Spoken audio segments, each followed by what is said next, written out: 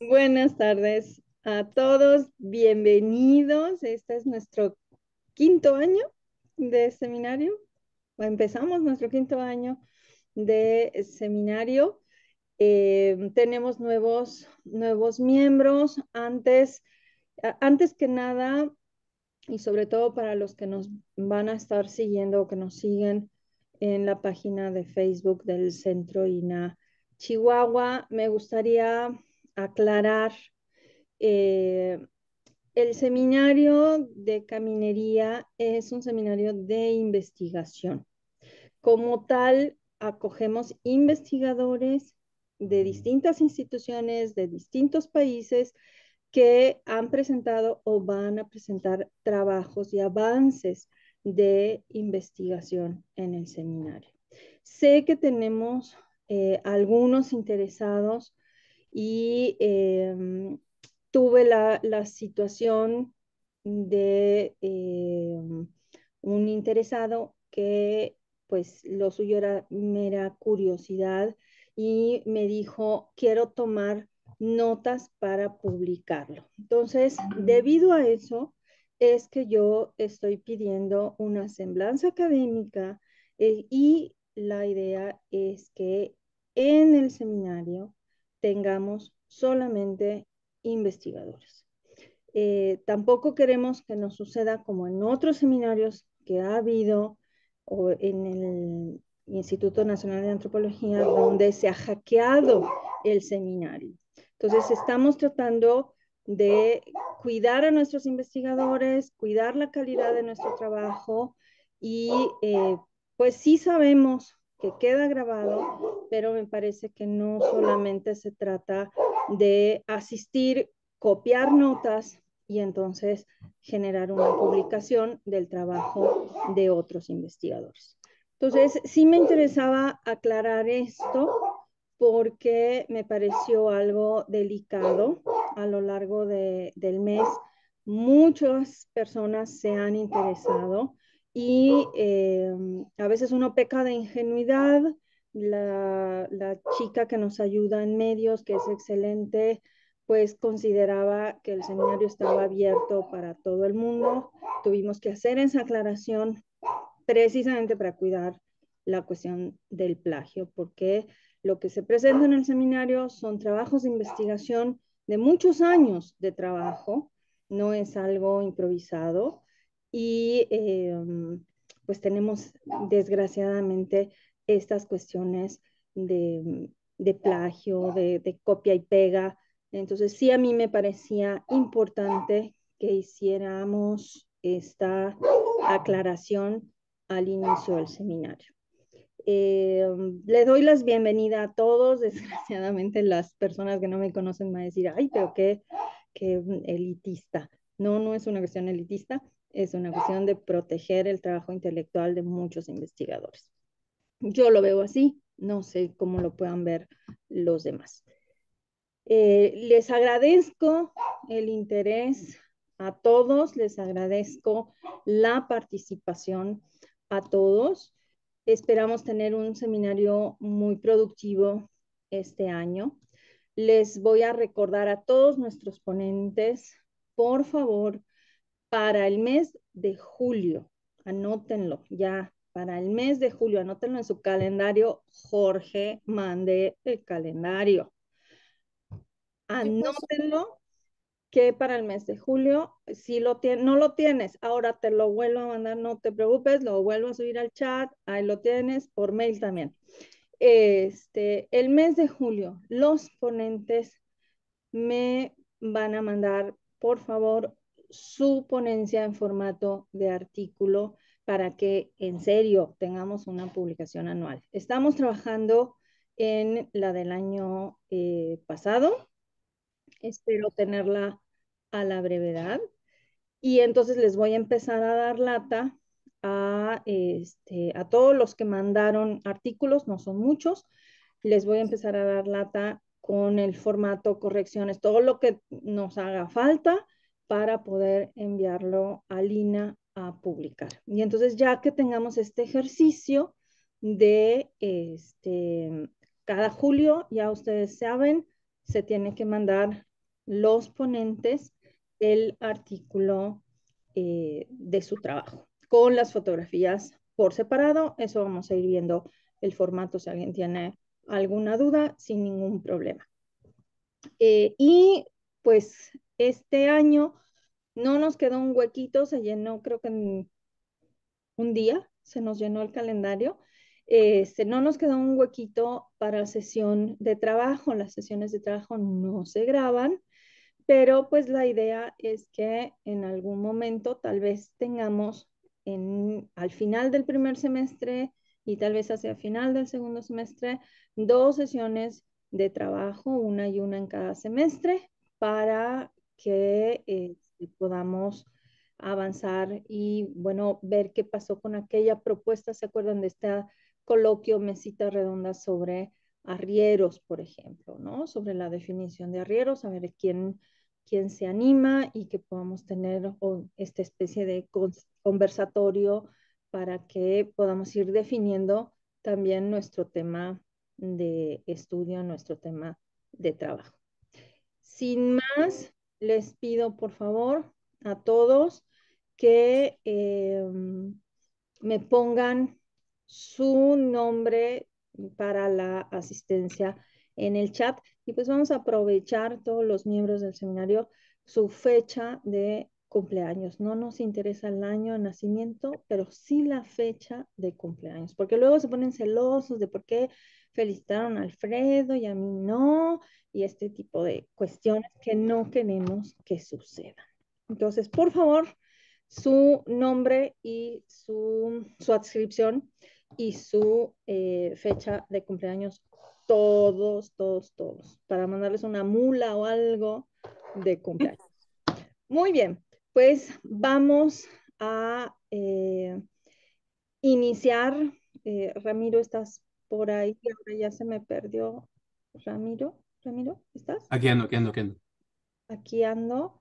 Sí. Muy bien, vamos a presentar entonces nuestra primera ponencia del año, un valiente, totalmente valiente, que se animó a presentar en el mes de enero y dijo, yo le entro en enero, nuevo miembro, porque él es miembro de nuestro seminario desde el año pasado, en realidad, se acordarán ustedes, quiero pensar que sí. Y bueno, pues presentamos al doctor, ¿verdad, Ramiro? Maestro Ramiro Aguayo Ano.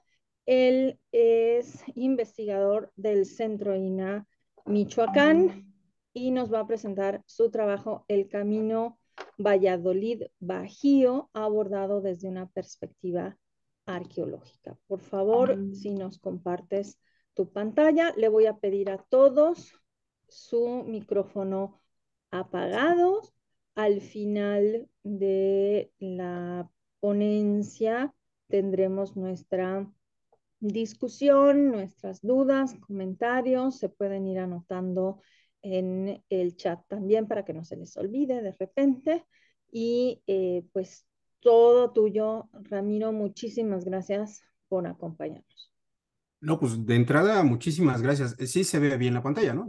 Creo me ha pasado que algún Perfecto. gremlin cibernético hace uno la prueba y se mete y Se ve termina perfecto. dándonos a perder ahí. Pues de entrada, pues muchísimas gracias, ¿no? Gracias por haberme aceptado en el seminario.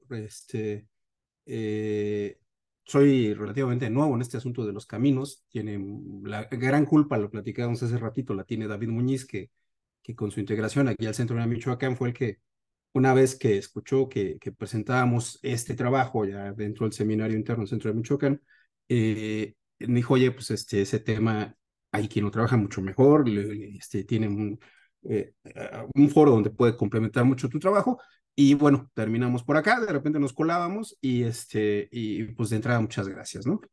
Eh, Quiero aclarar que, bueno, esto es el resultado de un trabajo de un salvamento que prácticamente terminó siendo más bien un rescate arqueológico que se realizó aquí en la ciudad de Morelia hace aproximadamente pues un par de años y que de un modo u otro todavía se mantiene vigente porque hay un compromiso, como vamos a señalar hacia el final del trabajo, en el cual toda esta información no necesariamente debe de quedar en un foro como este, sino es un camino que, bueno, que se debe de integrar a la nueva obra, que se debe los resultados deben de estar disponibles en áreas específicas del nuevo camino, y pues que en algún momento, pues ya que esté, me gustaría compartírselos, ¿no? Déjenme ver porque luego la computadora no quiere avanzar. Ok. Eh, También quiero señalar que, bueno, aquí en el centro de Michoacán, mucho tuvo que ver no solo el área de arqueología, sino distintas áreas de monumentos, conservación, y por lo tanto, bueno, me toca encabezar un trabajo y no quiere decir que sea el mío, sino que más bien, pues es el resultado de la intervención de una buena cantidad de especialistas que se tradujo en el proyecto que aquí que se presenta, ¿no?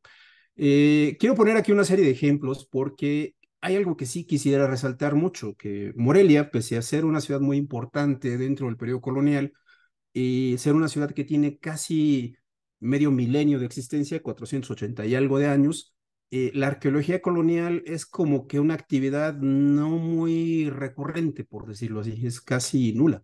Si nosotros nos comparamos con otras regiones como el centro de México o áreas del norte, realmente la arqueología histórica en Morelia es algo que es prácticamente inexistente, ¿no? Y que lamentablemente, pues esto ha implicado que se pierda mucha información. Afortunadamente, lo que aquí voy a presentar es de los primeros, si no es que el primer proyecto de arqueología histórica, y pues también eso nos permitió poner en valor toda el potencial que tiene la arqueología como una fuente de investigación para el periodo histórico, no necesariamente el periodo prehispánico, digo aquí en Michoacán hay que decirlo como tal, el periodo purépecha nos come mucho el foco, y pero también, bueno, todos estos procesos que se dan hacia el momento del contacto son elementos que vale la pena estar indagando en términos arqueológicos. Hay trabajos que han desarrollado tesistas del Colegio de Michoacán, de la Universidad de Zacatecas, que están desarrollando la gente de aquí de la ENES de la UNAM, pero si lo comparamos con el trabajo que aborda la arqueología prehispánica, pues realmente estaríamos en pañales, ¿no? ¿Qué es lo que tenemos? Bueno, si esta cronología, así en términos muy generales, pues prácticamente, como les digo, el periodo prehispánico es lo que ha comido o lo que ha llamado más la atención, y pues no sé si alcanza a verse bien el puntero, pero aquí donde me falta una C, y está mal escrito, perdón, pero prácticamente Helen Pollard pues, nos habla que existen distintos periodos que vale la pena ser abordados desde un punto de vista arqueológico, que es más o menos donde nos estaríamos ubicando nosotros.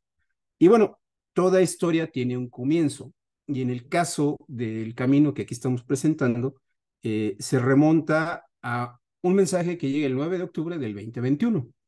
Es decir, era un día sábado en el cual pues, nos mandan un mensaje y me dices, mira, me dicen que esto apareció en la entrada de Morelia.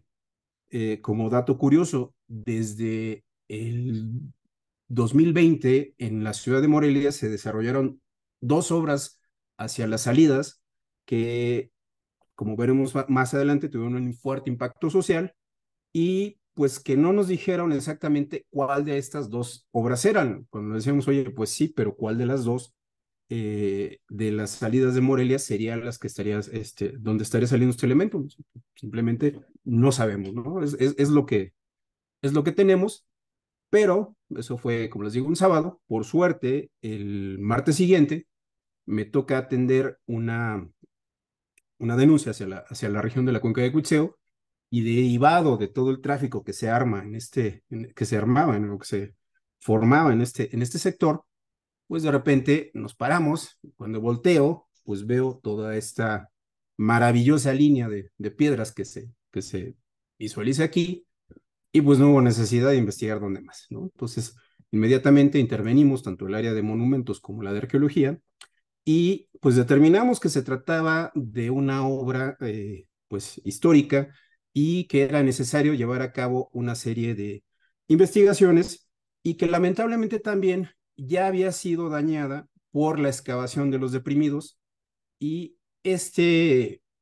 área donde apareció el camino lamentablemente pues implicaba que todavía se desarrollaran una excavación mucho más profunda, más allá de 20 metros, y evidentemente iba a dañar, iba a implicar el daño o la destrucción de este elemento, ¿no?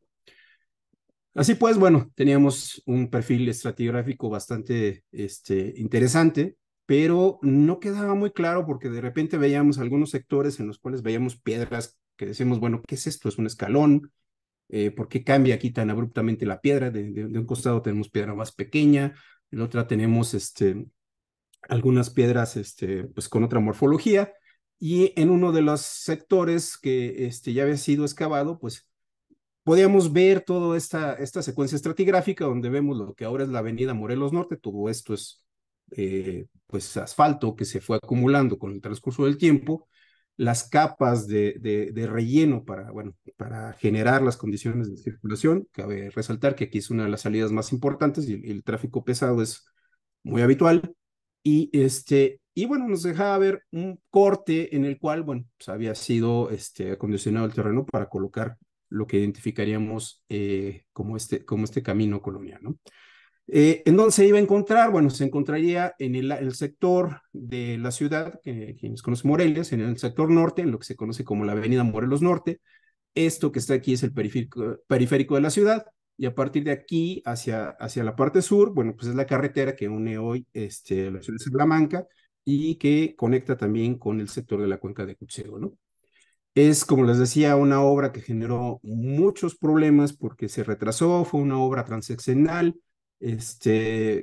cambiamos de autoridades en turno y pues fue muy complicado, y pues nos generaba una situación en la que socialmente pues ya estaba, ¿cómo decirlo? La población ya estaba poco cansada de que pues su salida, porque bueno, conecta con uno de los sectores de la ciudad, que son ciudades dormitorio muy importantes aquí en la ciudad, pero pues la gente estaba harta para acabar pronto, ¿no?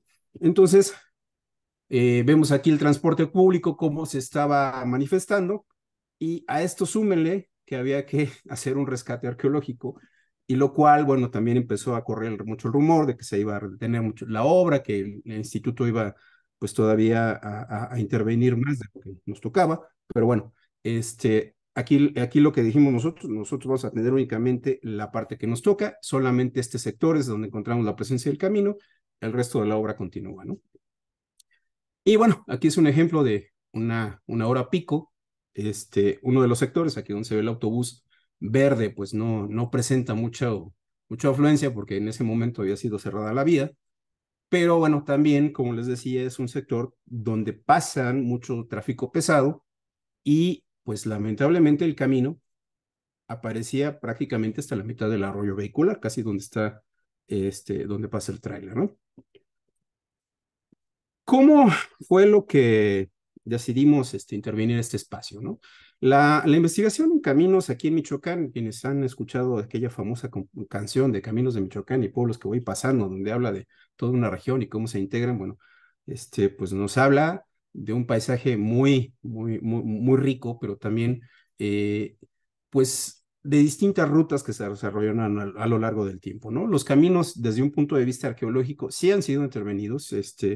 El trabajo de Claudio Espejel creo que es clave para entender la dinámica de los caminos, desde un punto de vista arqueológico, pero en el sector de la cuenca de Pátzcuaro. Aunque también tenemos el trabajo de Igor Cerda, quien él se enfoca bueno, aquí tenemos la ciudad de Morelia, y en el sector perdón, sureste se encuentra la región de Tiripetío, y también hace un trabajo muy importante del estudio de caminos, pero desde el periodo prehispánico. La lógica a la cual van a obedecer cada uno de ellos es distinta, porque, de acuerdo con Igor, los caminos en la época prehispánica tienden a integrarse más al paisaje y a integrar un paisaje un poquito más ritual que la idea del camino en la época novohispana, que prácticamente era comunicar el punto A con el punto B, ¿no? En términos muy generales, ¿no? Tenemos otro trabajo muy importante de Orepani García, que también ellos han hecho un trabajo con SIG de todos, a partir de los documentos históricos, pues nos hablan de una red de caminos muy interesante. De hecho, para nosotros fue importante para conocer el camino que estábamos interviniendo. y ver cómo se integraba a una red mucho mayor y cómo integraba una región en la época colonial, ¿no? Durante los recorridos que hemos hecho de repente para atender distintas situaciones con el patrimonio arqueológico en el estado, de repente es común que encontremos algunos restos de caminos que pueden ser desde muy simples, como estos, donde pues prácticamente las cercas están delimitando el área de paso, el área de trazo, o bien algunos empedrados, muy probablemente es lo que estemos viendo aquí, que nos salió en el sector de Contepec. Estemos viendo algunos restos del camino real que conectaba a Morelia con la Ciudad de México, o la otrora Valladolid. Y pues también de repente encontramos algunos elementos, como esto sí es parte del camino real, un puente que se encuentra en la comunidad de Charo, donde pues son de traza de la época novohispana, para acabar pronto, ¿no? Lamentablemente, bueno, muchos de estos espacios, digo, no lamentablemente, pues se han transformado y bueno, quedan algunos elementos arquitectónicos o muy pocos elementos arquitectónicos, como en este caso este puente, pero bueno, también nos permite conocer cómo era que sorteaban algunos de los accidentes geográficos, ¿no?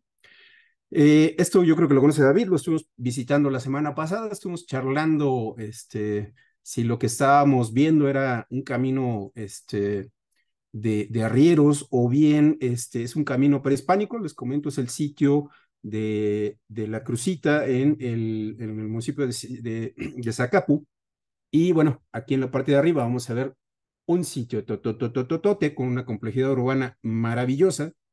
Y de repente vamos a ver algunas áreas que teníamos dudas si realmente son caminos reales o son caminos prehispánicos que evidentemente fueron utilizados durante la época colonial.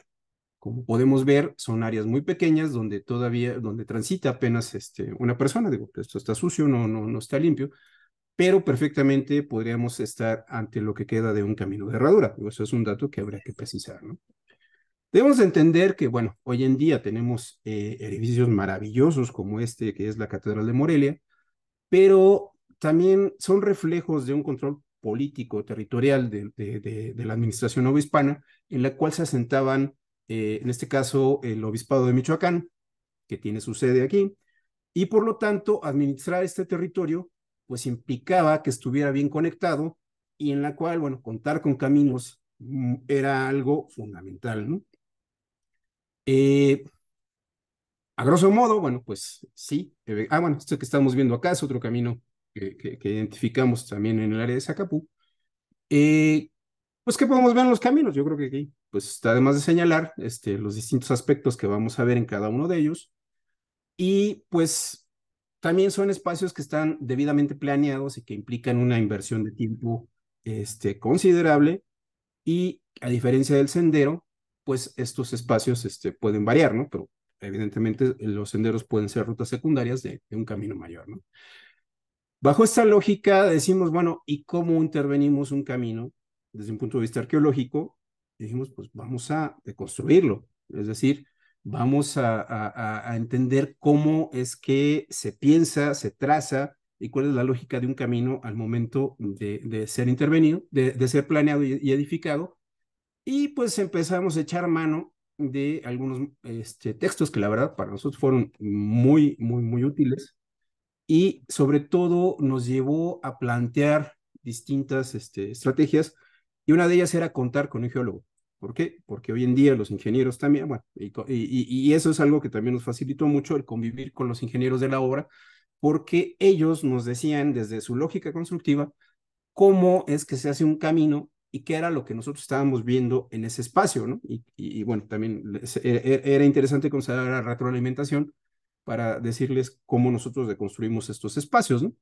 Eh, entonces, decidimos plantear el proyecto en distintas aristas. Bueno, uno tenía que ver con la procedencia de materias primas, el estudio medioambiental, que consideramos también bastante importante, evidentemente el registro del camino, no solo en este sector, sino en el trazo, es decir, implicaba revisar y caminar más allá del área de excavación, sino pues teníamos que identificar también qué otros espacios todavía quedaban visibles de este empedrado. Y pues también era una parte que habíamos que hacer, era la parte cartográfica histórica, ¿no? No menos importante fue el trabajo de prospección geofísica que se lleva a cabo. Por fortuna se cuenta con el apoyo del doctor Ortega y su equipo, y pues esto también nos permitió llevar a cabo una planificación de la excavación. Como les decía, es un área que estaba muy transitada, que cada que se cerraba era un conflicto muy fuerte, y entonces eso nos permitió identificar qué áreas eran las donde teníamos el camino, a intervenir lo más pronto posible, y sin afectar también tanto el paso de vehículos y la misma hora, ¿no? Así pues, bueno, los trabajos de prospección geofísica nos señalaban, bueno, aquí vemos en color rojo, la existencia de un tendido de piedras de aproximadamente 6 metros de ancho, y que pues llegaban hasta cierta distancia, como les decía, prácticamente a media calle, y pues esto nos facilitó el generar una estrategia de excavación. Como les decía, la gran ventaja también que teníamos es que el perfil estaba expuesto, el camino prácticamente llegaba hasta acá, y por fortuna, estos manchas que vemos aquí, bueno, son los pilares que en su momento fueron excavados para el deprimido que aquí se construyó, y por fortuna llegaron al borde del camino, entonces nos permitía hacer una documentación mucho más detallada, ¿no?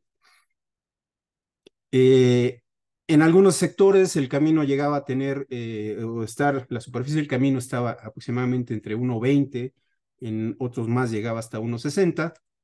Y pues esto implicó también trabajar con un armatoste que de repente en la arqueología y aquí en México, pues de repente no es habitual que lo utilicemos, ¿no? Las dinámicas o las rutinas de trabajo que tienen en otros países, dígase Europa, dígase Medio Oriente, es que suelen trabajar con maquinaria. En nuestro caso, sabíamos que teníamos la superficie de asfalto, que era muy gruesa, 40, 50 centímetros, que evidentemente esto quitarlo con cucharilla y pico y pala era más que imposible, y si lo hubiéramos hecho seguramente todavía estaríamos por ahí.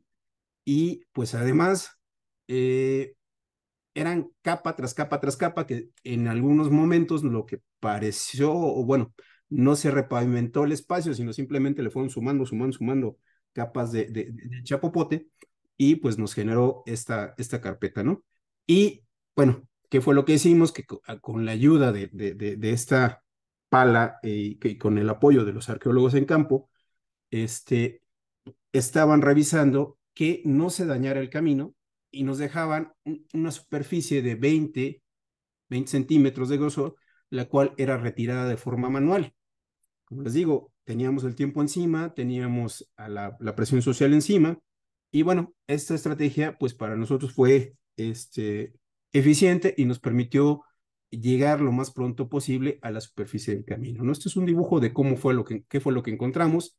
Entraremos en detalle más adelante, pero nos llama la atención porque si ustedes se fijan, hay una línea blanca que representó una zanja que por alguna razón implicó que se removiera esa parte del sector del camino. Para nosotros fue maravilloso encontrarla porque nos permitió acelerar y conocer cuál fue la secuencia estratigráfica constructiva. Así pues, nuestros primeros intentos de limpieza arrojaron una superficie así. Decíamos, oye, qué bonito, qué trabajo tan maravilloso. Pero conforme fuimos avanzando, nos dimos cuenta que había distintos momentos de construcción o de intervención en el camino. Esto es lo que se le llamó la zanja, y este tubo que está aquí nos hace pensar que existió la idea de enterrarlo antes de enterrar este tubo de agua que ya era una línea muerta en esta zanja, pero bueno, quizás al momento que se tapó el empedrado, pues decidieron colocarlo justo encima del empedrado y ya no utilizar la zanja. Como les digo, para nosotros fue muy importante o muy interesante contar con esta zanja porque gracias a esto la utilizamos como una línea de trabajo para tener una secuencia estratigráfica mucho más definida, y de esta forma pudimos ver cómo es que era el sistema constructivo. Vimos, evidentemente, que hay un área de alteración muy importante, pero en algunos sectores descansaba sobre la roca madre, en otros más tenía una línea de relleno, y además de que las líneas guía empezamos a notar que estaban clavadas de canto, y estábamos viendo cómo fue el proceso constructivo. Es un terreno muy duro, es un terreno que prácticamente teníamos no más de 30, 40 centímetros de una superficie con elementos culturales, y, y vaya, pues aquí algunos ejemplos, ¿no? Por otro lado, también otra de las cosas que nos interesaba conocer dentro de la lógica constructiva de este camino, perdón, era qué elementos estaban afuera de este espacio, ¿no? Es por eso que planeamos una serie de pozos para ver si teníamos la presencia de algún tipo de banqueta, si teníamos la presencia de algún sistema de drenaje, si había algún elemento constructivo aledaño, que el georradar o que más bien nuestra interpretación del georradar no hubiese facilitado identificarla. Y pues no encontramos prácticamente el camino en algunos sectores, como vemos aquí, pues descansaba sobre el terreno natural. Este es un perfil que es hacia el extremo poniente del camino, perdón, y esta tierra negra pues prácticamente había sido vaciada para colocar el camino mientras fue construido, ¿no? Aquí vemos lamentablemente de repente cuando pasa uno la imagen a PowerPoint, a veces pierde mucha calidad, pero digo, hay esta secuencia estratigráfica que se ve maravillosa porque podemos ver cómo era parte del sistema constructivo, ¿no? Otro elemento que fue muy, señalar en su momento polémico, porque los ingenieros no me creían en la primera visita cuando les dije, oigan, ese es un canal. Me decían, bueno, pues estás loco, ahí no hay nada, ¿no? Sí, claro, ahí hay un canal. Me explicó, bueno, por ejemplo, que aquí lo estuviéramos limpiando. Hay que resaltar que desde el área de excavación hacia la superficie del canal, o sea, es decir, desde donde desplanta esta escalera hacia la superficie del canal, pues eran aproximadamente 4 a 5 metros. Entonces, pues no se veía muy bien. Entonces fue que hasta que lo limpiamos, lo fotografiamos con el dron, que empezamos a darnos cuenta que este era otro elemento que pues, era importante indagar y de qué se trataba, ¿no?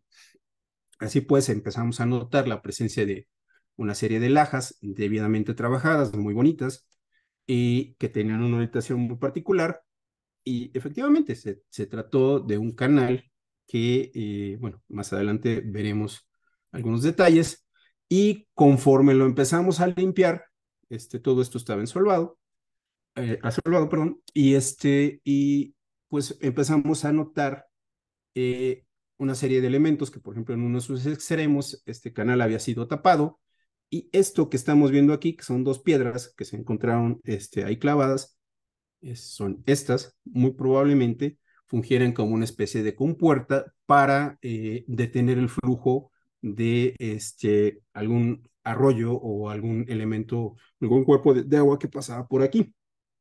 Quiero resaltar que estamos en la parte alta de una loma, que es algo que sí nos señalé, y que muy probablemente aquí sí encontráramos algunos ojos de agua, porque solamente así se explicaría la presencia de este elemento. Estamos aproximadamente como a 30 metros en la parte superior de lo que sería la cuenca del río Chiquito, ¿no? Así es como lo fuimos descubriendo. Y como les señalaba, también, bueno, otra de las cosas que empezamos a notar que fue muy llamativo es encontrar la impronta de las herramientas que fueron utilizadas para carear estas piedras que forman estas rocas que eran parte del canal, y pues algunas de ellas muy uniformes, aproximadamente de 2 a 3 centímetros de grosor. Y pues ya comparando con algunos trabajos, pues podemos ver muy probablemente el tipo de herramientas que eran utilizadas para darles forma a estos elementos, ¿no? Y señalar, bueno, que aquí donde está la cinta métrica, bueno, también tomamos algunas muestras de la mezcla que fue utilizada, mayoritariamente cal, que fueron analizadas aquí por el doctor Jacinto Robles, y pues sí nos habla de una composición mayoritariamente de cal y arena, ¿no? Algunos detalles de este canal, como les digo, aquí está restos de este agregado de cal. Y, como les decía, muy probablemente en el sector poniente estaríamos encontrando los restos de lo que sería una compuerta más o menos de este estilo, ¿no? O sea, que nos habla de ahí de que pues había interés por represar el agua, ¿no?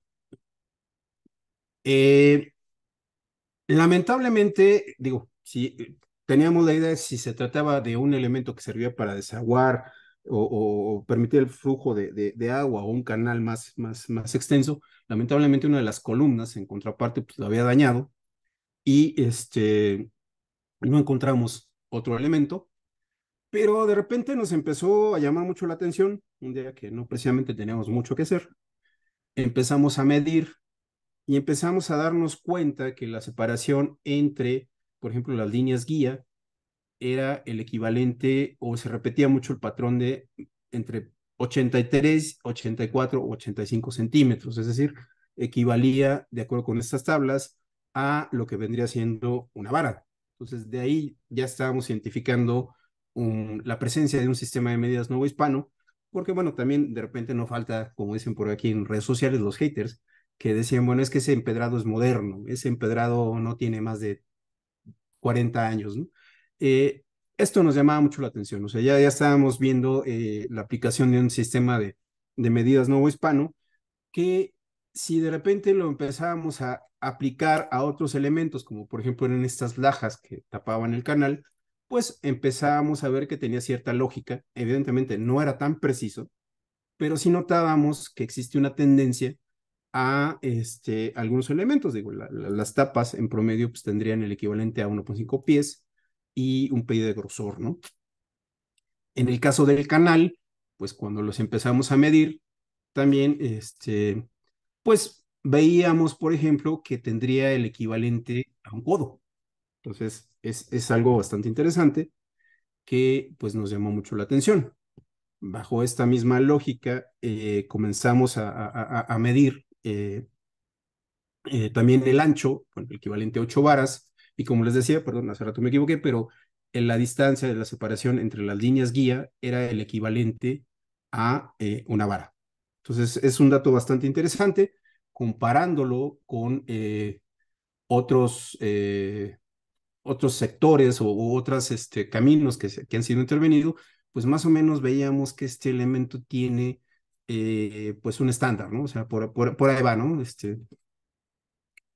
Y bueno, también otro dato que nos llama mucho la atención es que justamente a 3 metros de donde se encontró el área del canal, pues encontramos este tocón de árbol, que de acuerdo al trabajo que hizo la doctora Gabriela Domínguez y su equipo de palinología de aquí de la Universidad Michoacana, pues podría ser un tipo de, perdón, de ahuehuete, es decir, un árbol que requiere mucha humedad y que evidentemente si está ahí es porque no debió de pasar muchos periodos de sequía. Entonces, pues nos da la idea, digo, esto es un camino en Amealco, que más o menos es probable que el camino tuviera algo similar a esta forma, ¿no? Entonces, si tenemos agua, si tenemos un sistema de represamientos, muy probablemente tengamos alguna sombrita, pues era un paisaje muy particular, ¿no? Como les decía, bueno, también la idea era descartar que este elemento se proyectara y que, bueno, no fuera una especie de acueducto. Y pues la idea era identificar si se encontraba o no. Decidimos proyectar el único pozo que se hizo fuera del área de intervención de la obra. Y aquí, por ejemplo, empezamos a notar pues los crecimientos de la propia Avenida Morelos, que vendrían siendo prácticamente de aquí hacia arriba. Esto es parte de la tubería que tiene que ver, que instaló con CFE, incluso les debo el dato exacto, pero el ancho que tenía es el mismo que tiene una pala mecánica de estas que estábamos viendo en un inicio. Y bueno, ya nos habla de procesos más industrializados, más estandarizados.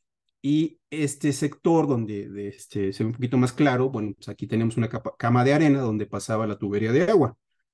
Y prácticamente llegando a una profundidad de 4 metros, aquí empezamos a encontrar lo que vendría siendo la superficie del camino en este espacio.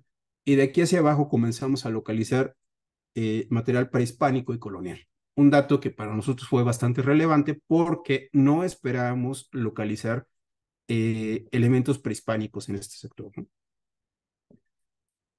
Como les decía, bueno, empezamos a hacer excavaciones en las orillas, no encontramos nada. Eh, área encontramos una cárcava, que bueno, no me adelanto, pero también nos habla mucho de cómo era la forma en que el camino desalojaba el excedente de agua. No se ve muy bien aquí, pero aquí tenemos el área del camino y vemos cómo se formaba una especie de cárcava que en algún momento fue rellenada. Perdón. Y bueno, otro dato muy relevante que identifica el doctor Ortega y su equipo fue que en este sector ellos encontraron evidencias de probablemente un fenómeno de licuefacción, es decir, la ascendencia de agua que sube de forma abrupta después de un sismo. Y después de la visita de la doctora Diana, ese fue el apellido, una disculpa, pero de la Universidad Michoacana, que ella es paleosismóloga, nos decía, bueno, mira, en la región tenemos registros de un sismo muy fuerte, cuyo epicentro fue en Pátzcuaro, que incluso derriba una iglesia en Morelia, hacia 1856, si mal no recuerdo. Y muy probablemente lo que estuviéramos viendo aquí es resultado de este fenómeno sísmico, ¿no? Veíamos de repente algunas manchas de agua, esto es lo que les decíamos, esa área no estaba así afectada por la obra, digo, perdón, la zanja, sino que veíamos que sí estaba muy dañada, aquí lamentablemente la foto no ayuda, pero sí se veía como en estas manchas más o menos tenían cierta correspondencia con una superficie pues más dañada, ¿no? Y sobre todo nos llamó mucho la atención porque encontramos una serie de refuerzos en este sector, que además vimos una serie bueno, toda esta parte se traslapa y genera estas bolsas no sé si de presión o qué, pero sí hay algo aquí llamativo. Digo, aquí se ven trabajando las personas, les tuve que pedir que se quitaran para tomar la foto, digo, no es que no estuvieran haciendo nada, ¿no? Pero pues vemos aquí parte del abultamiento y pues si trazamos nuevamente o proyectamos las líneas guía, pues estamos viendo una serie de elementos que convergen y muy probablemente pues aquí terminar el camino y se fuera utilizado para, pues no sé si tuvieron alguna especie de desplazamiento del camino, lamentablemente pues eso es algo que todavía está en veremos. Bueno, y digo, lamentablemente esta área ya había sido dañada por la construcción del deprimido, ¿no? También nos llama mucho la atención, retomando lo que habíamos visto en empedrados, como por ejemplo este puente de Charo, cómo esta idea de entrelazar las líneas guía y de cruzarlas, pues muy probablemente tenga una función pues de reforzar estos elementos. Y pues lo que estábamos viendo sea la aplicación de pues una cuestión de más de ingeniería para la atención del camino, ¿no? ¿Cómo fue construido?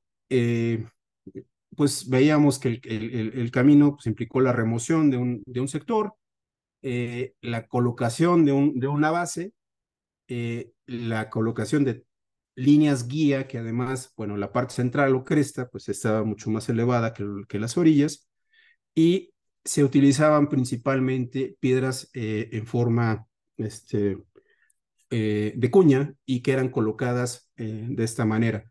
Evidentemente esto, pues, si bien reduce la superficie de contacto, pues tiene una mayor superficie que se va a clavar y pues quizás esto sea para reducir el mantenimiento del propio camino, ¿no? Aquí vemos un corte, vemos el tipo de piedra utilizado y este era pues parte del proceso constructivo, ¿no? ¿Qué identificamos, no? Identificamos pues al menos 6 distintas intervenciones que tuvo esta área intervenida. Por fortuna tuvimos una pasante del área de arquitectura que pues parecía castigo, decía que no la queríamos porque la íbamos a dibujar piedra por piedra, pero gracias a ello pudimos entender cómo se da esta secuencia constructiva en la cual hay áreas que están aquí en morado que prácticamente implicaron el retirar el relleno del camino, las piedras que forman parte del relleno, pero dejan las líneas guía y simplemente estas sí se quedan ahí. Y esta área, como les decía, está más dañada y concuerda con el área que el doctor Ortega identificó como la presencia de estos fenómenos de liquefacción. Y en los alrededores del área del canal, pues vemos que las piedras son completamente de distintas etapas. ¿Por qué? Pues porque muy probablemente la humedad que estaba ahí constantemente implicaba que tuvieran que ser cambiadas o un mayor mantenimiento dado el paso de carretas, animales y demás cosas que por ahí pasaran, ¿no? ¿Qué pasó con la procedencia de los materiales? Bueno, nos llamaba mucho la atención esto, como les decía, que de dónde se está sacando la piedra para construir una obra de esta magnitud. Gracias al trabajo del doctor Jacinto Robles, en, se identificaron distintas áreas de procedencia de material. Lo que pues comúnmente se conoce como cantera, pues la pudimos identificar como procedentes del sector central de Morelia. Hoy en día todavía quedan vestigios de esta cantera. Encima de esto se encuentra el complejo conventual del Carmen, pero históricamente ahí se extrajo durante mucho tiempo bloques de cantera para la construcción de la ciudad. Y otro sector muy probablemente sea el área de la colonia industrial. El camino no se ve, perdón, el camino que estábamos hablando se colocaría en este sector. Es decir, estarían moviendo piedras de lo que viene, digo, rocas desde las canteras y estarían cercanas al área de obra. Evidentemente, conforme se va avanzando, muy probablemente el propio camino sirvió para facilitar su movimiento.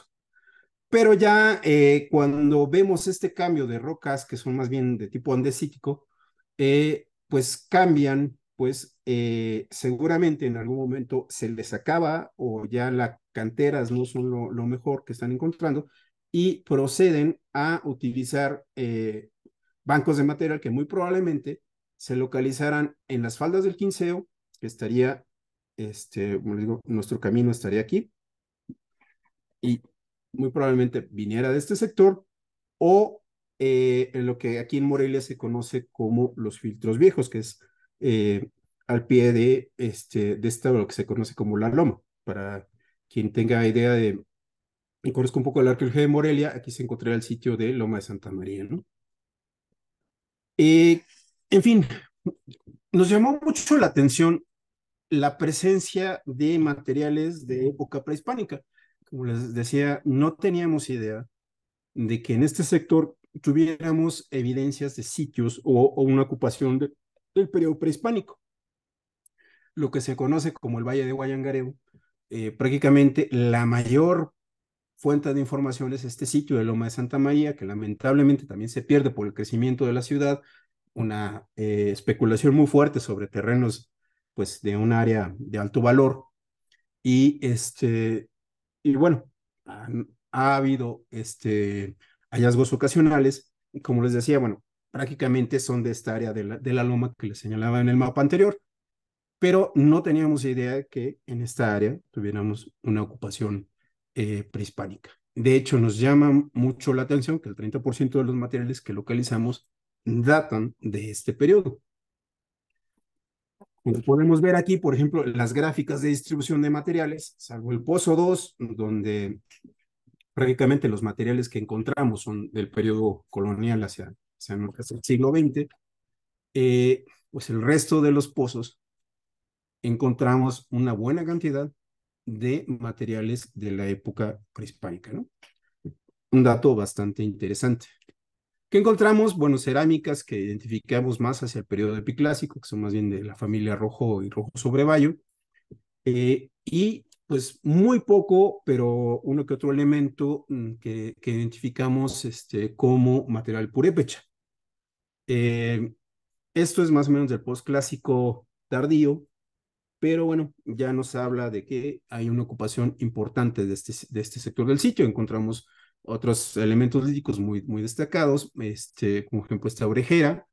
Encontramos lo que pasa ser una raedera y algunos, una buena cantidad, bueno, no es tan alta, no es tan elevada, pero sí la presencia de navajillas prismáticas que más o menos se parecen. Esto no tenemos un análisis de procedencia, pero muy probablemente vinieran del sector de Sinapecuaro, que es donde se han encontrado una buena cantidad donde existe una buena cantidad de minas de obsidiana, ¿no? Perdón. ¿Qué pasa con el periodo colonial? Bueno, uno de los elementos que más nos llamó la atención fue la gran cantidad también de tejas de muslo que encontramos. Esto que está aquí, bueno, es para ejemplificar desde internet las dos fotos que tenemos aquí, tanto del fragmento de teja como de su pasta. Bueno, eso sí son encontradas aquí en Morelia. Eh, y pues una muy buena cantidad de lo que encontramos de materiales se tratan de tejas de muslo. Es un excelente material de relleno, pero también gracias al proceso de datación por arqueomagnetismo se pudo conocer que al menos las muestras fechadas que tenemos databan desde 1600 a 1650. Quienes tengan la oportunidad de conocer Michoacán, y si no, espero que algún día anden por acá, pues si algo caracteriza, sobre todo el sector central de Michoacán, es la presencia de techos en los cuales la teja es un elemento arquitectónico muy importante, muy destacado, y que estas por el periodo de vida, cada cierto tiempo se tienen que estar trastejando y se tienen que estar cambiando, y que nos deja entrever también que existe una industria muy fuerte para la elaboración de teja.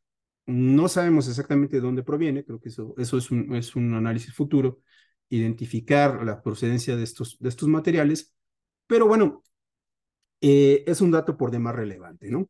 Otro dato que encontramos, bueno, aquí son ejemplos de otras áreas bueno, sobre todo que es el área de la cuenca del Cucheo, donde me toca trabajar, o bien en el sector de Marabatío, pues les pongo algunos ejemplos de materiales de tejas que serían estos, por acá, que se han identificado en algunos caseríos o dentro de los recorridos que hemos hecho, ¿no? Otro de los grandes problemas, bueno, hubo otra fecha que también fue muy llamativa, que proviene de una vasija muy particular, muy probablemente una cerámica importada, que sabemos que es del siglo XVII, y bueno, aquí ya no la puse, ¿no?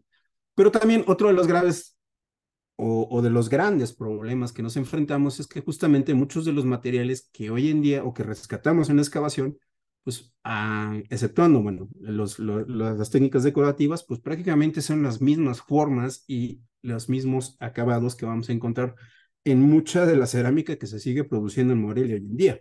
Esto es cerámica del sector de Capula, que estaría aquí en el municipio de Morelia, a unos cuantos kilómetros, en contraparte del área de excavación, y eso, bueno, estos son los materiales que estamos encontrando. Entonces, de repente sí nos dificulta, bueno, sí empezamos a ver que los acabados y los vidriados, pues sí son distintos, sí hay variaciones, pero eso nos lleva también a una problemática que es algo que se debe atender tarde que temprano, que es justamente empezar a abordar las tipologías cerámicas locales y entender que Michoacán es un centro de producción alfarera muy importante en la región. No solo en la época prehispánica, sino también durante el periodo colonial y hasta nuestros días.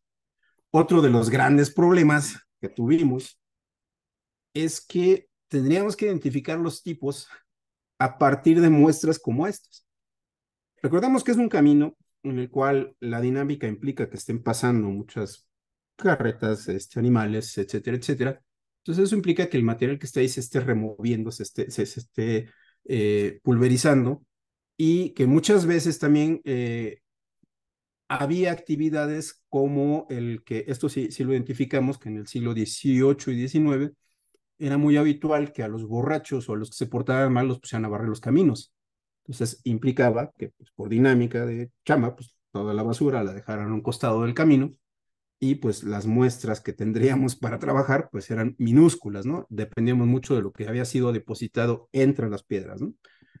Aún así, bueno, empezamos a identificar algunos tipos cerámicos quiero señalar que si bien la literatura nos dice que se trata del tipo en cuestión, habría que tener mucho cuidado porque, como les digo, Michoacán también fue un centro de alfarero muy importante durante la época prehispánica y que el hecho de que se parezca no quiere decir que no sean de aquí, que no sean tipos locales.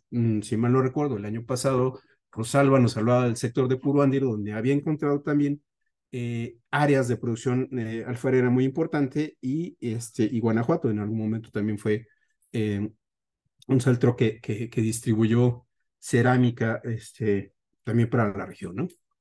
¿Qué es lo que encontramos? Bueno, cerámicas que integran al sector de Valladolid con lo que vendría siendo, pues prácticamente toda la Nueva España, pero también encontramos algunos fragmentos de cerámica que nos habla que de estas conexiones que se dan de larga escala, ya integrándose a partir de las rutas marcadas por la NAO, y que, bueno, dicho sea de paso, en algunas intervenciones que se han hecho aquí en Morelia, pues también hemos identificado porcelanas que vienen del sector de China y que, bueno, lamentablemente, como les digo, como no se hacen de forma recurrente los rescates con una metodología arqueológica, pues los encontramos en los rellenos o cuando ya pasó el camión y sacaron el escombro, ¿no? Pero sí, la presencia de cerámicas importadas en Morelia, pues es un dato que habría que precisar y bueno, que nos habla de cómo fueron integrándose a esta red comercial, ¿no? Como es este caso que de repente veíamos que era una cerámica que pues, muy probablemente tenía una decoración muy simple, pero ya verlo al detalle, pues es un fragmento de menos de 1 centímetro, pues tiene una decoración que lo liga más con este tipo de porcelanas que provienen del área de Cantón, ¿no? O fue lo más parecido, ¿no? Pero también vemos cómo este elemento ya hay pasos a cerámicas más industriales, más del siglo XIX, más de principios del siglo XX, y cómo se empiezan a masificar algunos platos ya de producción del siglo XX, incluso algunos de ellos tenían, este no es el caso, pero lo llegamos a identificar sellos que hablaban perdón, que provenían del sector de Zamora. Encontramos una buena cantidad también de botellas de vidrio, prácticamente siglos XIX y XX, vidrio de color ámbar, algunos fragmentos que, bueno, bien podrían ser de alguna cerveza industrializada, pero también algunos frascos perfumeros también, esto que es el fondo de una botella de vino, y aquí en el área, lo que se conoce como el pontil, no nos queda claro si lo que estamos viendo aquí es un sello o es alguna forma caprichosa en la cual, bueno, estamos buscando ahí algún diseño en particular. Y también, bueno, aparecieron algunos aisladores como este que ya nos ligan a la compañía Ericsson y que es un dato interesante porque justo enfrente del área excavada se encontró en algún momento una de las primeras plantas o una planta de luz, de electricidad, que además nos generaba un fenómeno bastante particular en el área del canal. Cuando estábamos nosotros tratando de trazar algunas retículas de excavación en este sector, de repente el norte se nos desviaba pues prácticamente 75 grados y se nos movía y veíamos que había un fenómeno bastante particular. Cuando fue el doctor Jacinto Robles, le decíamos, oye, ahí el norte se nos cambia. Y bueno, nos decía que muy probablemente tuviéramos ahí algún elemento magnético que nos estuviera generando esta anomalía. Y pues después, cuando hicimos el análisis ya de la cartografía, nos dimos cuenta que teníamos restos de esta planta de electricidad ahí, ¿no? Otros elementos más, bueno, pues esta llavecita que encontramos, pues probablemente de algún tipo de cofre,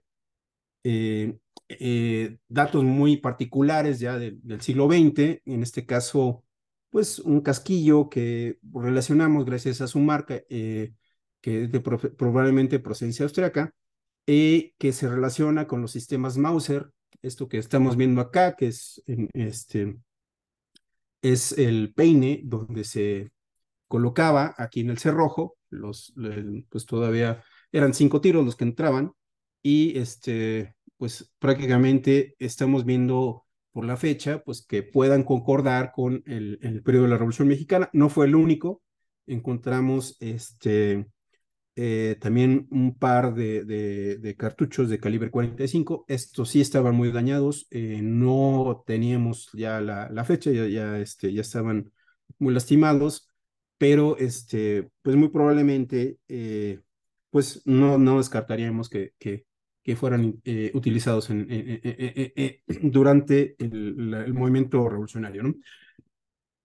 Otra serie de elementos que encontramos fue distintos tipos de clavos, algunos de ellos, como podemos ver aquí en este extremo, pues más bien eran cuadrados, otros ya industriales, y que pues también se relacionaban con distintos tipos de herradura que gracias a la revisión de algunos manuales, el trabajo de la autora Menecía Valdenebro de España, por ejemplo, una colección de herraduras. Gracias a eso, por ejemplo, pudimos distinguir si se trataba de mulas, si se trataba de caballos, si se trataba de burro. La verdad, yo desconocía hasta que tuvimos la oportunidad de trabajar con estos materiales. Y la mayor cantidad de las 12 herraduras que encontramos, pues de acuerdo con esta clasificación, corresponderían a mulas y a burros. La distribución fue muy notoria. Prácticamente la estaríamos encontrando en el sector sur, debajo del empedrado, y exceptuando este ejemplar que se encontró en la parte externa, pues el resto estaba, pues no encontramos la presencia de estos elementos, ¿no? Hoy en día incluso todavía, por ejemplo, les decía que en el sector de Capula, donde se prepara todavía se elabora la cerámica, pues vamos a encontrar todavía algunas personas que utilizan los burros como animales de carga. Estas cargas son utilizadas para este fin. En el sector de Zacapu hemos encontrado otras más que utilizan para mover agua. Y bueno, también de acuerdo con algunas fuentes documentales, sabemos que en Morelia, pues la mayor parte de los productos estaban entrando el lomo de mula, y aunque algunos también entraban por propio pie, es decir, el ganado que se consumía. Y hay una serie de personajes que también hemos encontrado que traen madera, del sector sur de Morelia, en lo que se conoce como el área de Atécuaro, que utilizan todavía mulas y burros para hacer esta movilización, ¿no? Como les digo, bueno, es muy probable que también pues el ganado entrara bajo su propio pie y aquí mismo fuese sacrificado. Y pues aquí tenemos otras formas posibles, es decir, los mecapaleros y demás. Y otro dato que sí quisiera resaltar, que todavía quedó pendiente, eh, es justamente que no entramos a revisar los archivos de las garitas, porque bueno, esto también nos permitiría saber qué es lo que estaba ingresando en la ciudad y conocer, bueno, pues más la dinámica del propio camino, ¿no? Eh, en algún momento, algo que sí nos costó mucho trabajo aguantar fue que llegaron los de Telmex y empezaron a desaguar un par de espacios que tenían ahí, y pues todo el agua se nos fue hacia el camino. Dijimos, oye, pues fíjate, carnal, pues no estás ensuciando toda la excavación. Pero gracias a eso empezamos a darnos cuenta que la función del camino no era estar limpiecito y bonito, también tendría que tener esta superficie de tierra que servía para dar mayor tracción y evidentemente también facilitar el caminar sobre él, ¿no? O sea, pues, caminar sobre un camino que esté limpio, que esté pulidito, pues implica que ser muy incómodo. Si está mojado, pues el resbalarse y caerse. Y pues parte de la ingeniería del camino era retener una capa de suelo. Y justamente este incidente nos permitió ver cómo el camino estaba diseñado para retener el suelo y hacerlo mucho más transitable, ¿no? Esta es la foto que les decía de la cárcava. Bueno, pues aquí ya hablamos de ello. Pero bueno, también otra de las cosas que identificamos es que justamente el camino mostraba huellas de uso, y que parte de su ingeniería, como les decía, es que en la cresta implicaba que estuviera más en la parte levantada, que estuviera un poquito más levantada que la superficie, pero además servía para mantener los carruajes en un sector de la vía y además evitar que se estuvieran aflojando. Esto que se ve aquí es producto del desgaste del paso de los vehículos. En algunos casos, bueno, vimos las improntas de áreas que se desgastaron por el paso de la rueda.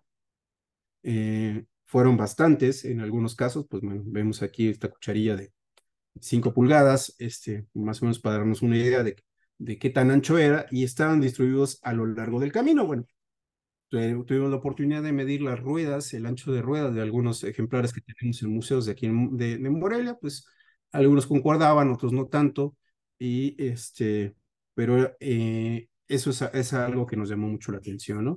Encontramos una serie de monedas también de principios del siglo XX, de 1 y 5 centavos, alguna de ellas, bueno, fechada en 1906, la otra lamentablemente no teníamos mayor dato, y bueno, también pues ya vemos la presencia de elementos del siglo XX, y bueno, por ejemplo, en este caso de esta lata de Coca-Cola, que es un dato interesante, al revisar su punto de manufactura, nos dimos cuenta que provenía de la planta de Tijuana, que dicho sea de paso, y según pudimos darnos cuenta, fue la primer planta que aquí en México empezó a embotellar Coca-Cola en lata de aluminio. Algunos desechos o algunos calzados de piel todavía. Y pues nos llamó mucho la atención porque en el Pozo 4, como les decía, donde veíamos ya prácticamente la acumulación de materiales derivados del crecimiento de la avenida Madero, perdón, Morelos, veíamos que los últimos 10 centímetros, la gran cantidad de plásticos que estábamos encontrando ahí. Lamentablemente no les debo esa foto, no la encontré, pero ese es algo bastante interesante, ¿no? ¿Qué pasa con los caminos en Valladolid? Bueno, debemos de entender que Valladolid se convierte en un punto, como les decía, estratégico para la corona española, y fue pensado como un nodo que va a conectar distintas regiones. La catedral es el punto de referencia y el punto de partida de al menos 4 caminos muy importantes que van a conectar hacia la Ciudad de México, que es donde, perdón, les mostraba este puente de Charo, conectaba hacia el sector sur con Pátzcuaro que fue una ciudad muy importante también, y el área de Tiripetío, que fue un área agrícola también muy relevante, y hacia el norte el camino en cuestión que conectaba con la región del Bajío, que es un área minera, es un área agrícola también muy destacada. De acuerdo con los mapas que empezamos a revisar, bueno, el camino prácticamente sería aquí, estaría llegando a la orilla del lago de Cuitzeo, donde los cruces se hacían a partir de barcazas y que implicaban un cruce de 5 kilómetros. De lo contrario, pues eran más de 25 kilómetros darle vuelta para conectar con el sector de Moroleón y Uriangato, y de ahí conectar también con Salamanca, y de ahí ya conectarse con el Camino Real de Tierra Adentro y bueno, la región minera. Esto es un dato bastante importante porque, bueno, si bien el lago de Cuitzeo, que el cual lamentablemente hoy ya no queda pues, prácticamente más que el recuerdo, ya está casi completamente seco, más que ser algo que impedía el paso, también facilitaba pues el traslado a partir de lanchas hasta mediados del siglo XIX, cuando se construye una de las calzadas y prácticamente facilitó y agilizó las comunicaciones entre el Bajío, el área de Tierra Caliente, el área de Valladolid y, y puntos intermedios. Perdón. ¿De qué año data el camino? Las referencias que tenemos, de acuerdo a lo que empezamos a indagar, es que, de acuerdo a las relaciones geográficas de Michoacán, perdón, de Cuitzeo de la Laguna, este camino pues ya existe hacia el 1570, ya se representa como un camino de herradura en 1578, vemos este mismo camino en 1585, no se representa como un camino empedrado. Esto es el área de Tarímbaro, y además es un sector agrícola muy importante, y pues en el mapa de 1796, si mal no recuerdo, ya aparece representado este camino, ya con, pues, muy probablemente ya fuera cuando se recubrió.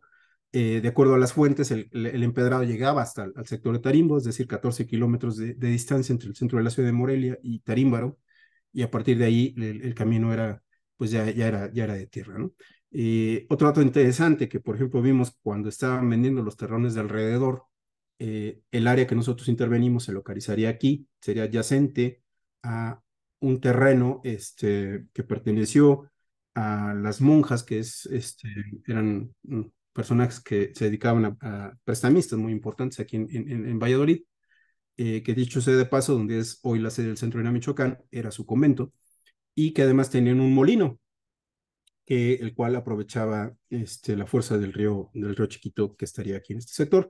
Pero bueno, al momento de medir, de acuerdo a las escalas, esta representación del camino, nos llama la atención que más o menos concuerda con lo que habíamos excavado, con las medidas que tuvimos al momento de excavarlo, ¿no? Prácticamente este sería el sector del trazo, donde aquí estaría Morelia. El área que nosotros excavamos sería esto. Este sería el trazo. Este es el Valle de Tarímbaro, que como les digo es un área muy fértil, que además tiene una producción agrícola muy destacada, incluso hasta hoy en día. Y esto que está aquí, pues es la superficie del lago de Cucheo, o lo que era el lago de Cucheo. Entonces prácticamente donde llegaba el camino era hasta por aquí, que es donde se localizaría Tarímbaro, ¿no?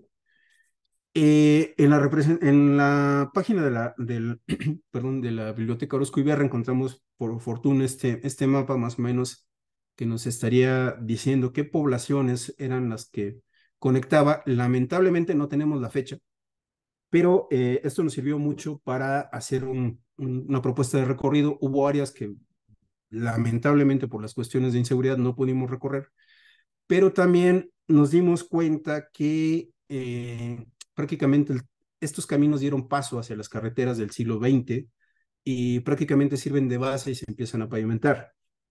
De este camino prácticamente pues quedan muy pocos datos ya. En el sector de Cuto del Porvenir, cuando se crean los nuevos derroteros, pues prácticamente la lógica de las autopistas es bordear los poblados para evitar su paso y con esto ganar tiempo, pero esto es lo que nos quedaría de este camino real. De hecho, incluso este sector de la ciudad en la parte sur todavía se está registrado como camino real. Y este otro poblado que se llama Mesón Viejo, que también es un Mesón Nuevo, perdón, que es algo bastante interesante. Mesón evidentemente nos hace referencia a un punto de resguardo. Se encontraría cerca de 15, 20 kilómetros de aquí de la ciudad de Morelia y pues prácticamente veíamos que es el de los pocos trazos que quedarían del camino original, ¿no? Ya están muy transformados, ya no encontramos evidencia ni restos eh, de ningún elemento, de ninguna parte del camino, ¿no? Algunas fotos que de repente encontramos de un viajero estadounidense que lo documenta hacia mediados del siglo XX y que muy probablemente, pues, este camino se tapa o esta parte se tapa hacia después del periodo cardenista, cuando pues empieza a cambiar un poco la ciudad, ¿no? Eh, Perdón, se me reseca un poco la garganta.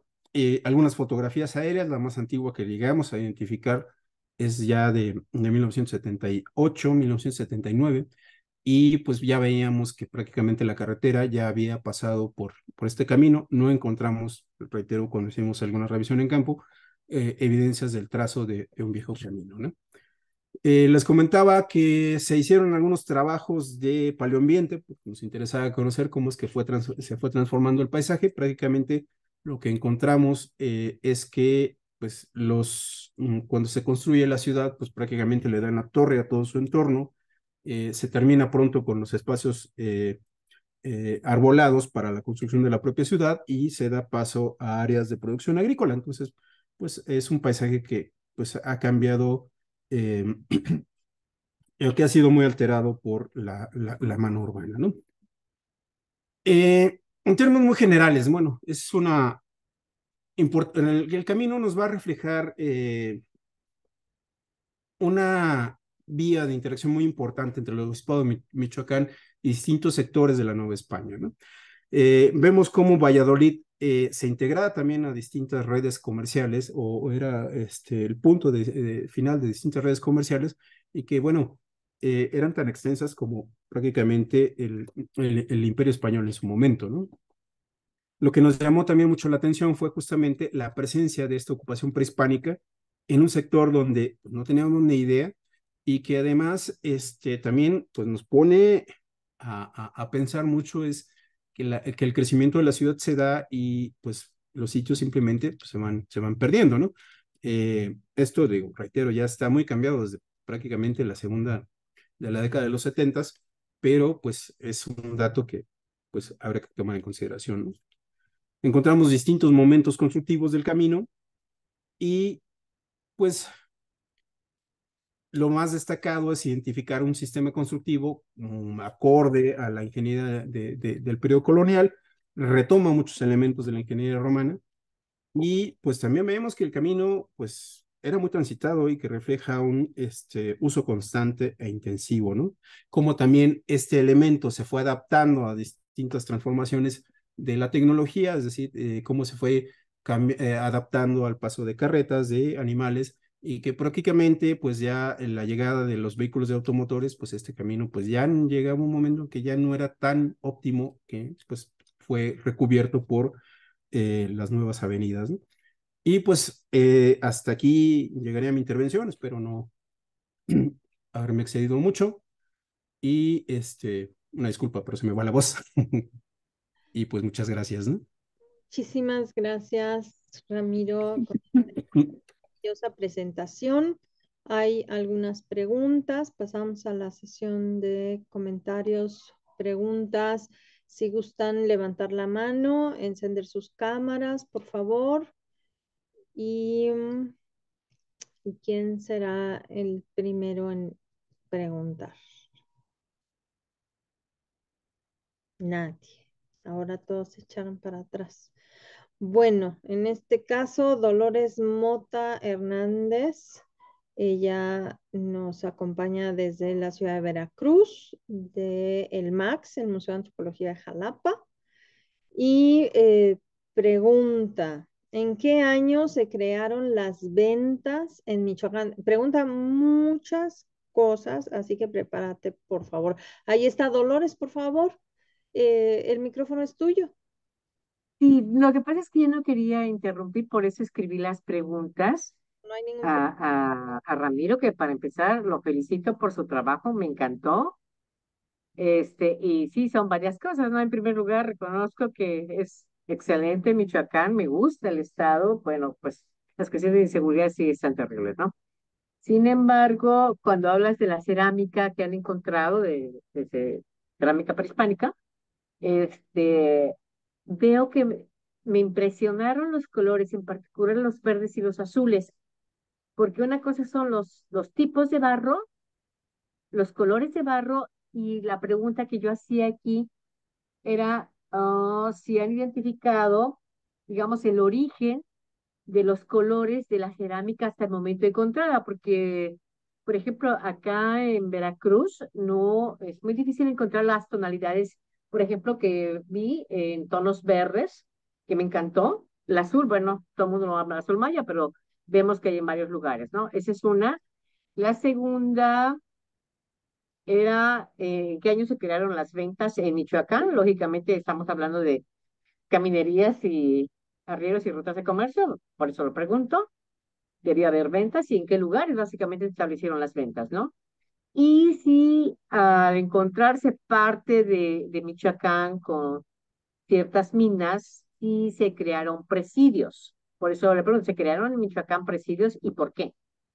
Y la última, bueno, me encantó la fotografía. ¿Y cuándo fue la última NAO de China que llegó a beneficiar comercialmente, disculpen el error de dedo, a Michoacán? Y bueno, pues te felicito muchísimo. Es un gran trabajo el que has hecho y mis respetos. Gracias. No, al contrario, pues muchas gracias por todo y la verdad es que pues son bastantes preguntas. Mira, reconozco que hace falta mucho el trabajo en cuestión de cerámica.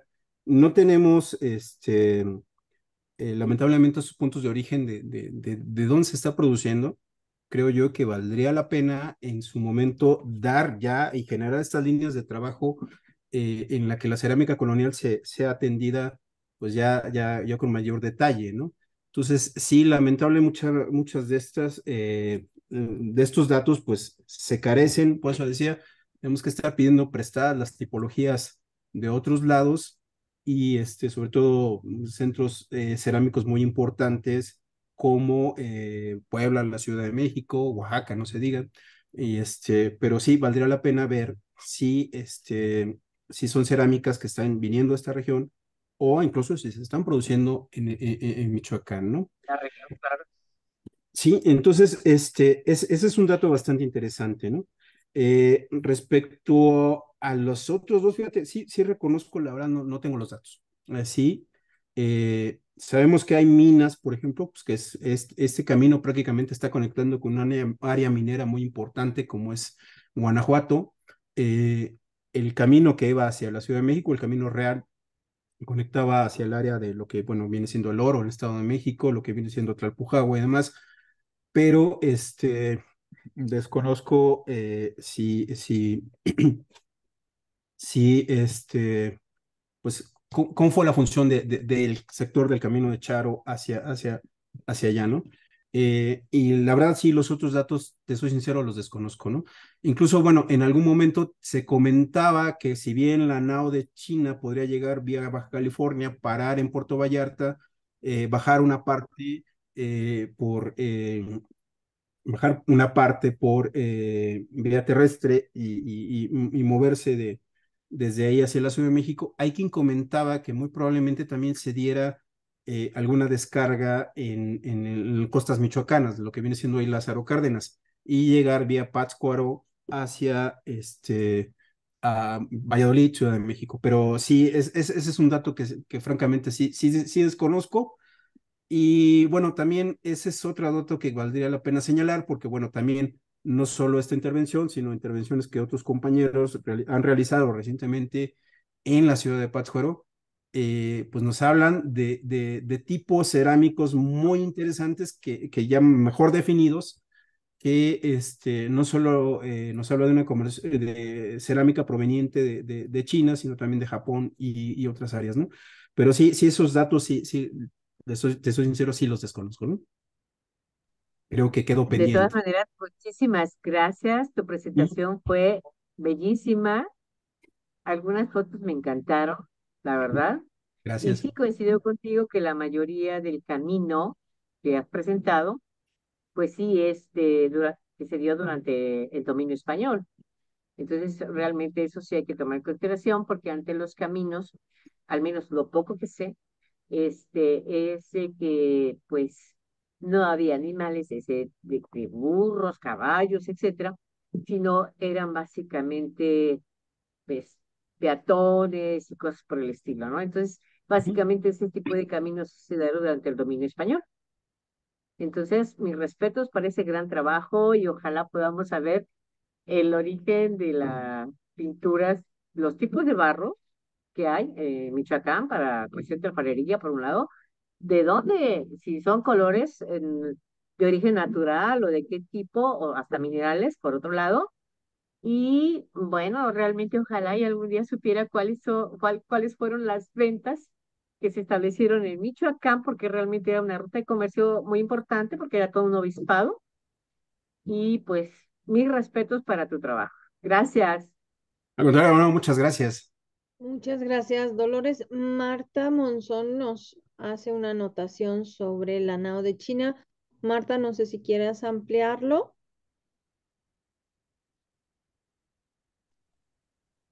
Bueno, no, yo nada más, sí, como dice el compañero, en efecto no se tiene muy claro, este, la regularidad con que llegan a otras costas más que a la de Acapulco, ¿verdad?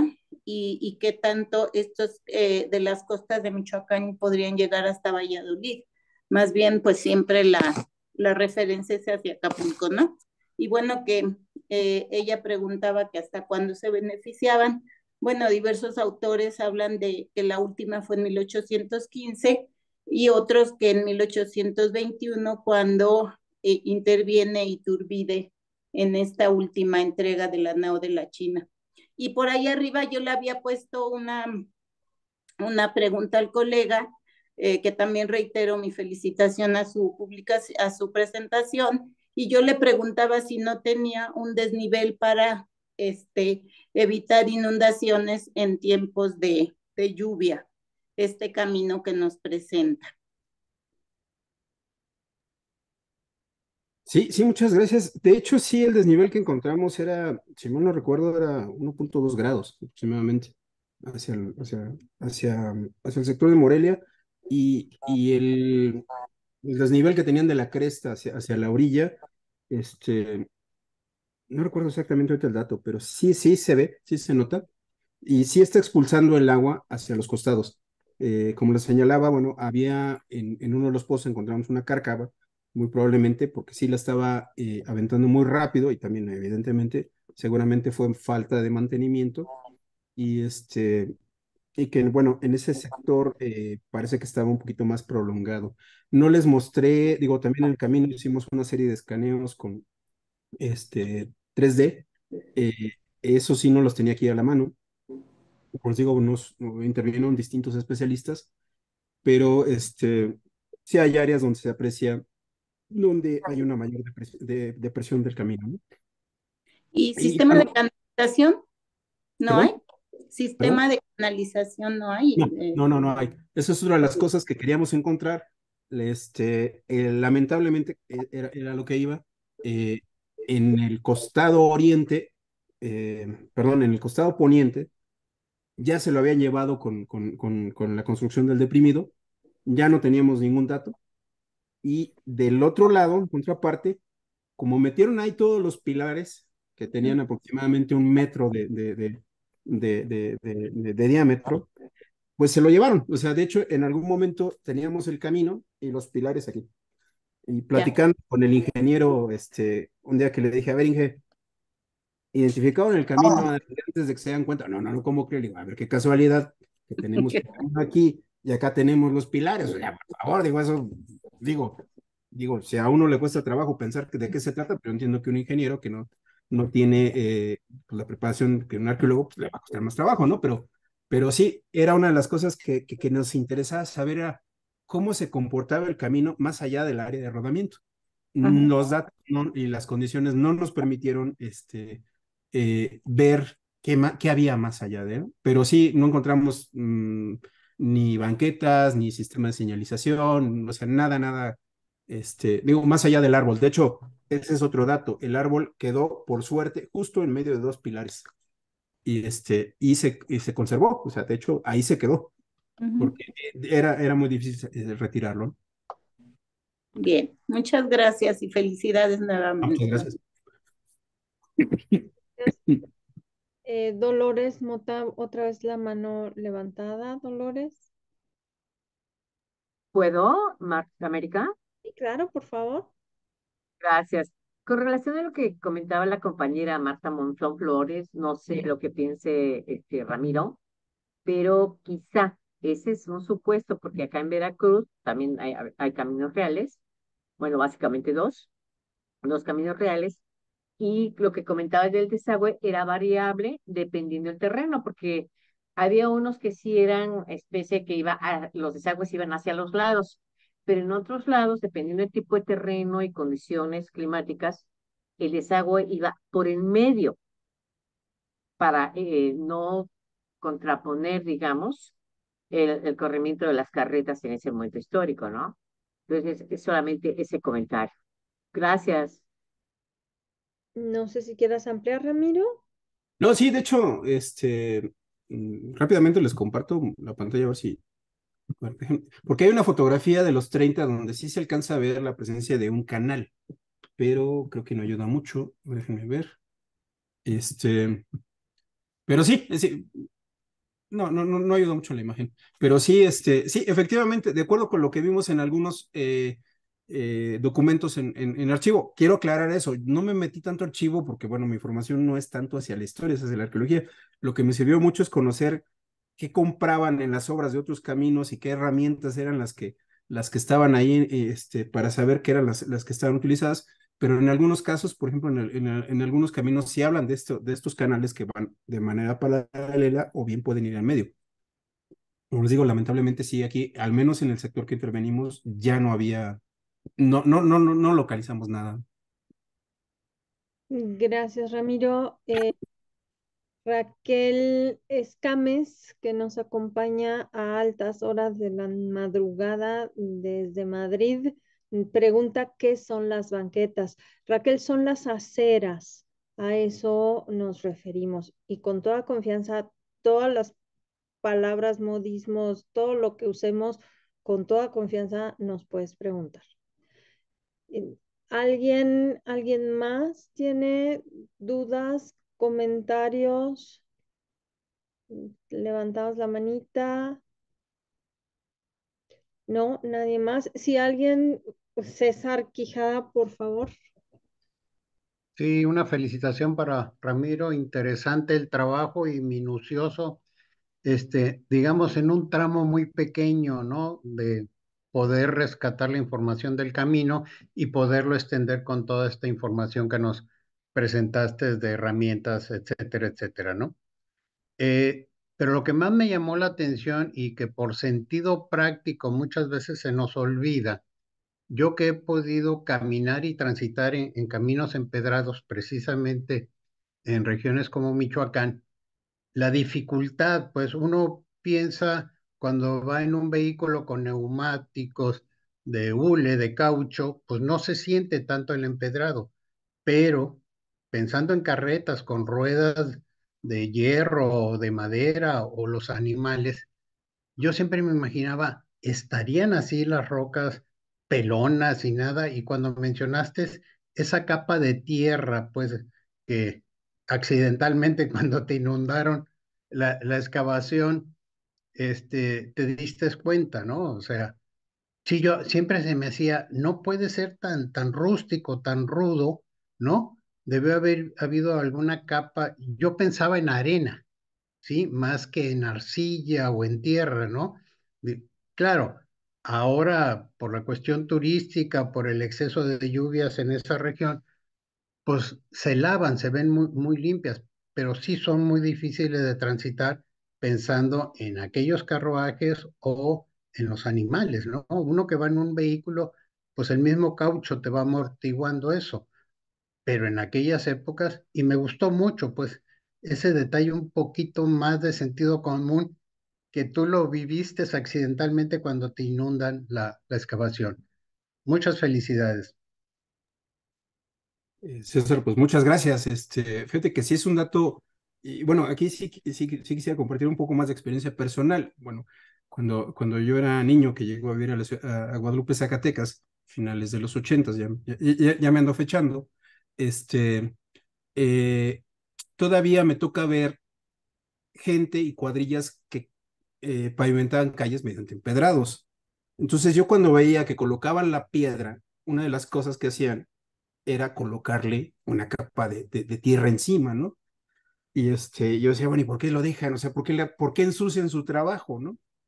Y en algún momento, pues me acordé mucho de esta situación cuando ellos lo dejaban y fue en ese momento que dije, bueno, es que sí es cierto, o sea, nosotros queremos verlo bonito, queremos verlo limpio, queremos ver esos diseños en la piedra y demás, pero funcionalmente no son prácticos. O sea, caminar por ahí lloviendo, si hoy en día con los zapatos de última tecnología, este, nos damos cada guamazo, pues digo, con mayor razón en otras condiciones, ¿no? Y además que sería muy doloroso tanto para animales como personas pasar por piedra que si bien está pulida y se busca tener una superficie plana, pues no deja de ser muy incómoda, ¿no? Pero sí me acuerdo mucho de estas cuadrillas que hacían eso, o sea, le colocaban esa capa de tierra encima. Y a mí me llamaba la atención, decía, bueno, ¿y por qué ensucian su trabajo? Fue en ese momento que entendí por qué lo hacían, ¿no? Gracias. Gracias, Ramiro. Guamazo, Raquel Escames va a salir aquí con el léxico del mexicano básico, terminando las sesiones del seminario. Dolores Mota, otra vez. Pena, qué pena, pero es para un Todos poco lo los que acaba de comentar Ramiro, es que sí realmente, por ejemplo, donde tienen su casa, aunque es de siglo XX, es empedrado y justamente está como dices, ¿no? Tiene los desagües hacia los lados, ¿no?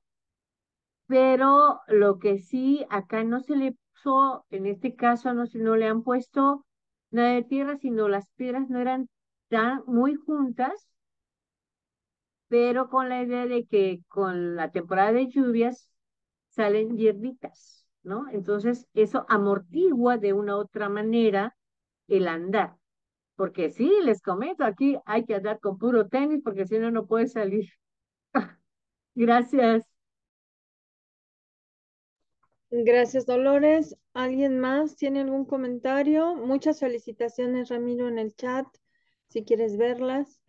Eh, ¿Comentarios, dudas? ¿Alguien más? ¿Alguien que haya faltado de poner su asistencia? Por favor, asistencia y día de cumpleaños. Estamos solicitando en esta emisión del seminario. Por favor.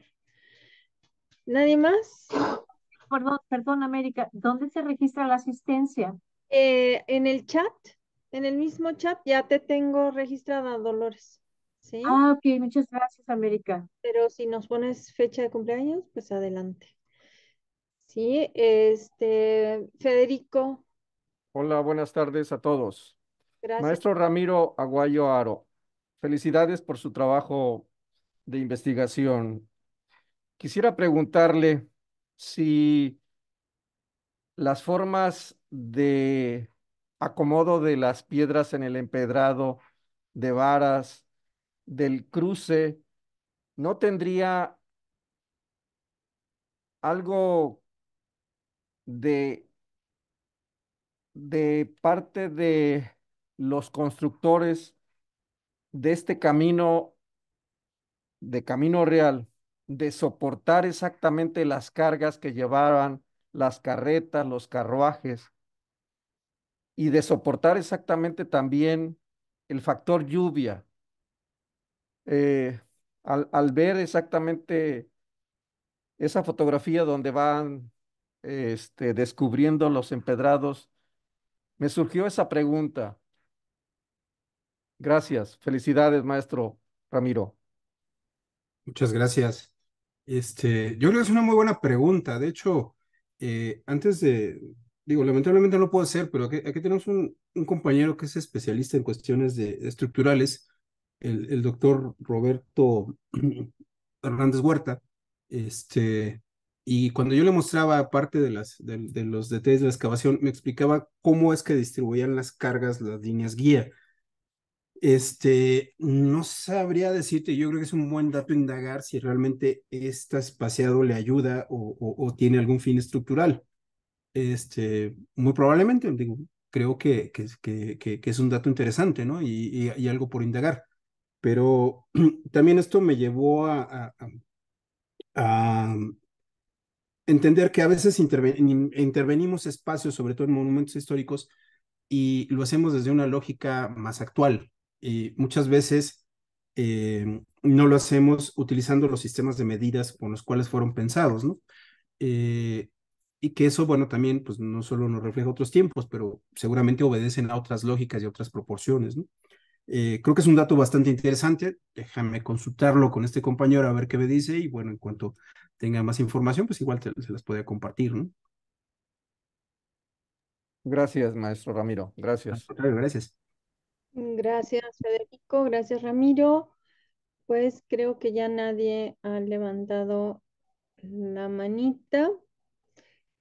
Pues no queda más que agradecer la presencia de todos ustedes, la paciencia y bueno, pues nos vemos aquí. Acuérdense, ahora sí, César, último martes de cada mes. Ya tienen su cuadernillo de resúmenes, ya tienen su calendario. Anotan ahí, por favor, todos los detalles. Es para que lo impriman y lo tengan ahí pegadito enfrente de todos. Jorge, por favor. Les agradecemos mucho la presencia. Excelente año. Estamos terminando el año, pero no nos habíamos visto. Excelente año a todos y nos vemos en nuestra próxima sesión. Muchísimas gracias a todos.